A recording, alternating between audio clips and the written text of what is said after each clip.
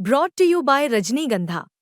यूं ही नहीं ताज ताज बन जाता है, शिल्पकारों का हुनर और चुनिंदा संगमरमर ताज को नायाब बनाते हैं। कुछ ऐसे ही चुनिंदा जगहों से बस खास ही चुनकर लाता हूँ। कतरे कतरे को मैं हीरे सा परखता हूँ। यूं ही नहीं मैं रजनीगंधा बन जाता हूँ।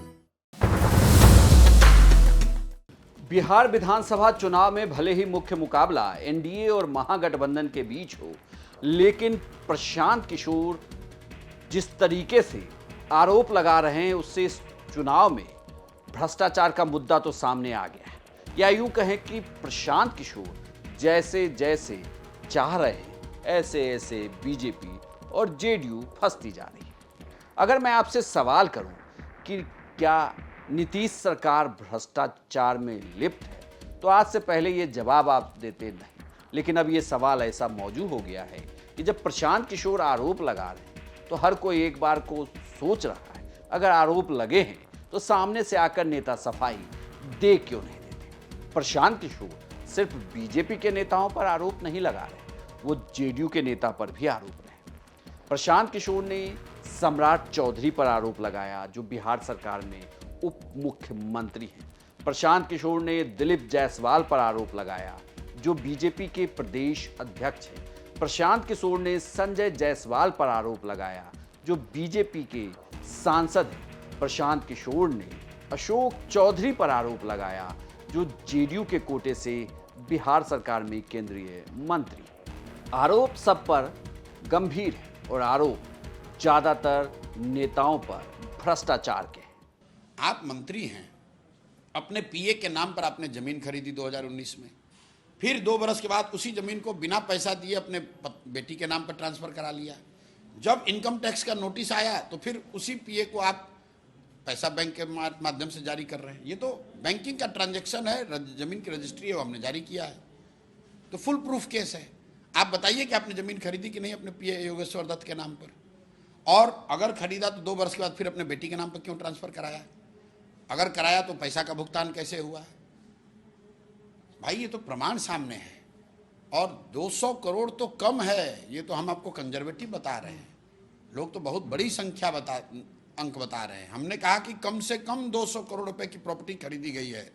कितने सालों में? पिछले 2 सालों में।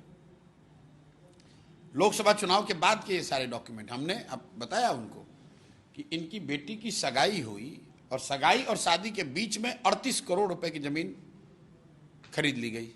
उसका एक एक डीड जारी किया है मैंने। और उसके बाद अशोक चौधरी ने आकर कहा कि हमने नहीं किया है ये, और हम ही थोड़े ने कह रहे, उनके तो जदयू के मुख्य प्रवक्ता ने कह दिया कि भाई जवाब तो दीजिए।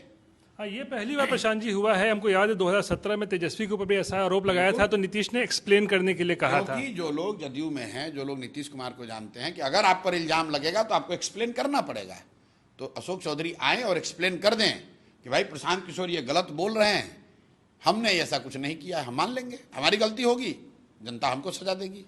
अगर हमारी गलती, आप हम पर केस कर दीजिए, फांसी पर चढ़ा दीजिए। हम बिना तथ्य के बात बोलते ही नहीं हैं। अगर मैंने कहा कि दिलीप जायसवाल ने सिखों के मेडिकल कॉलेज पर कब्जा किया है, तो आज तक दिलीप जायसवाल का मजाल है, कह देंगे कि नहीं हम कब्जा किए हैं। प्रशांत किशोर के इन आरोपों में एक बात तो यह दिखती है कि आरोप लगाए जा रहे हैं, लेकिन प्रशांत किशोर इन सबूतों को सार्वजनिक नहीं कर रहे। हालांकि इसके एवज में अभी तक प्रशांत किशोर पर मानहानि का नोटिस अशोक चौधरी भेज चुके हैं, संजय जायसवाल भेज चुके हैं, दिलीप जायसवाल ने अभी तक सफाई नहीं दी है इस पूरे मामले पर, और सबकी नज़र सम्राट चौधरी को भी लेकर है। सम्राट चौधरी हालांकि इस मामले पर ज़्यादा बोल नहीं रहे, लेकिन वो कहते हैं कि कोर्ट से सारा मामला रफा दफा हो चुका है। लेकिन बात यही कि जिस नीतीश सरकार को भ्रष्टाचार के मामले पर जीरो टॉलरेंस के लिए जाना जाता था, उसी नीतीश सरकार में अब जब भ्रष्टाचार के आरोप लग रहे हैं, तो क्या नीतीश कुमार इन नेताओं से कोई सफाई मांगेंगे? क्या वो कहेंगे अपने नेताओं को कि प्लीज एक्सप्लेन? आपको याद होगा कि तेजस्वी यादव के साथ जब महागठबंधन की सरकार नीतीश कुमार की थी, इस दौरान जब तेजस्वी पर आरोप लगे आईआरसीटीसी मामले में तो उसमें नीतीश कुमार ने उनसे एक्सप्लेनेशन मांगा और उसके बाद सरकार से अलग भी हो गए, गठबंधन से अलग हो गए। गठबंधन से अलग होने के बाद नीतीश कुमार अब इधर है और नीतीश कुमार के लिए लगातार ये कहा जाता है कि नीतीश कुमार करप्शन पे जीरो टॉलरेंस की नीति अपनाते हैं। लेकिन जब प्रशांत किशोर आरोप लगा रहे हैं तो इन आरोपों के एवज में क्या नीतीश कुमार अपने नेताओं से एक्सप्लेन करने के लिए कहेंगे? क्या वो इन नेताओं पर कोई एक्शन लेंगे? लेकिन इन सबसे इतर आप इसे ऐसे भी देखिए कि जिस सरकार पर या यूं कहें कि नीतीश कुमार को लेकर कभी करप्शन के चार्जेस नहीं लगे, उन्हें लेकर कभी इस तरीके की बातचीत नहीं हुई, लेकिन प्रशांत किशोर ने बिहार विधानसभा चुनाव से ठीक महीने दिन पहले बड़े नेताओं पर, वो भी बिहार के डिप्टी सीएम हो, बीजेपी के प्रदेश अध्यक्ष हो या मंत्री अशोक चौधरी हो, सांसद संजय जायसवाल हो, उन पर जो आरोप लगाए हैं ये आरोप गंभीर दिखते हैं। और ऐसा लग रहा है कि प्रशांत किशोर जिस तरीके से अपनी पार्टी का प्रचार कर रहे हैं और उसके साथ साथ जेडीयू और बीजेपी को लेकर भ्रष्टाचार के आरोप लगा रहे हैं उनके नेता पर, उससे सरकार पर भी भ्रष्टाचार के आरोप लगते हुए दिख रहे हैं। लेकिन इसमें बड़ी बात यह है कि सामने से सफाई आ नहीं रही है। इसीलिए ये कहा जा रहा है कि प्रशांत किशोर जो चाहते थे वो होता